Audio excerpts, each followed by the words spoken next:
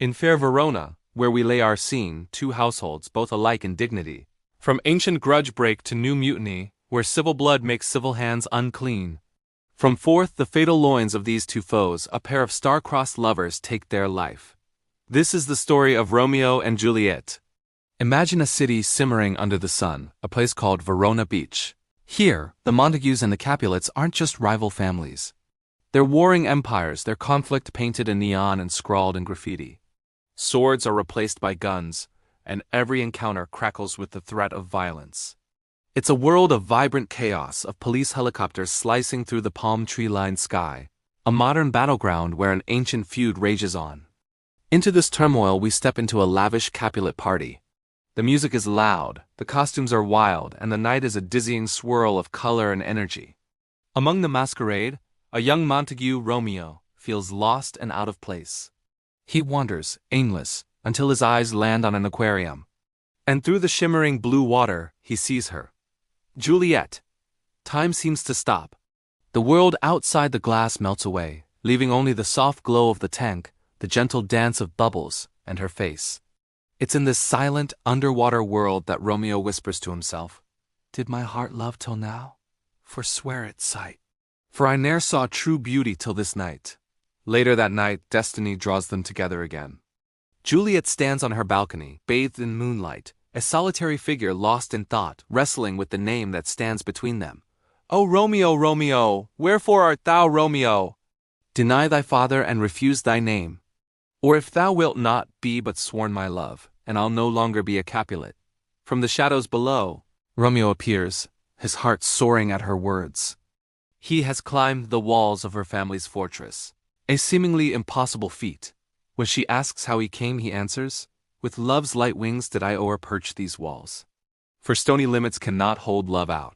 In that moonlit garden, they pledge their love, a fragile, beautiful promise in a world determined to tear them apart. Their love is a whirlwind, a secret rebellion against their family's hate. We see them in flashes of pure, unfiltered joy. A secret wedding blessed by Friar Lawrence, the sunlight streaming through stained glass windows, casting a holy light on their union. Stolen kisses, whispered secrets, and bursts of laughter that feel like they could last forever. Their love is an ocean, vast and overwhelming. As Juliet says, "My bounty is as boundless as the sea, my love as deep. The more I give to thee, the more I have, for both are infinite."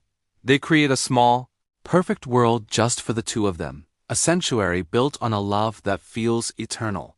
But the outside world, with its rage and its grudges, cannot be held back forever. The simmering violence of Verona Beach explodes. A street brawl turns deadly. Mercutio, Romeo's closest friend, is killed by Tybalt, Juliet's cousin. Blinded by grief and fury, Romeo seeks revenge. In a moment of uncontrollable passion, he confronts Tybalt, and the fight ends with Tybalt dead. The instant the deed is done, Romeo is struck by a devastating realization, crying out in anguish, "Oh, I am fortune's fool." His impulsive act of vengeance has sealed his fate, banishing him from Verona and, more importantly, from Juliet. Their perfect world shatters. The final act of our tragedy unfolds in the somber, haunting beauty of a church, filled with the soft, flickering light of 1,000 candles. Here, Juliet lies in a death-like sleep, a victim of a plan gone horribly wrong. Romeo, believing her to be truly gone, arrives, his heart completely broken. He looks upon her still form, her beauty untouched by death, and his despair is absolute. With no world left to live in without her, he brings a vial of poison to his lips, and with a final heartbreaking whisper says, "Thus with a kiss I die." He falls beside her, just moments before she begins to stir. Juliet awakens to find her beloved lifeless. The hope that had sustained her turns to utter desolation. Seeing Romeo's dagger, she finds her only escape from a life without him.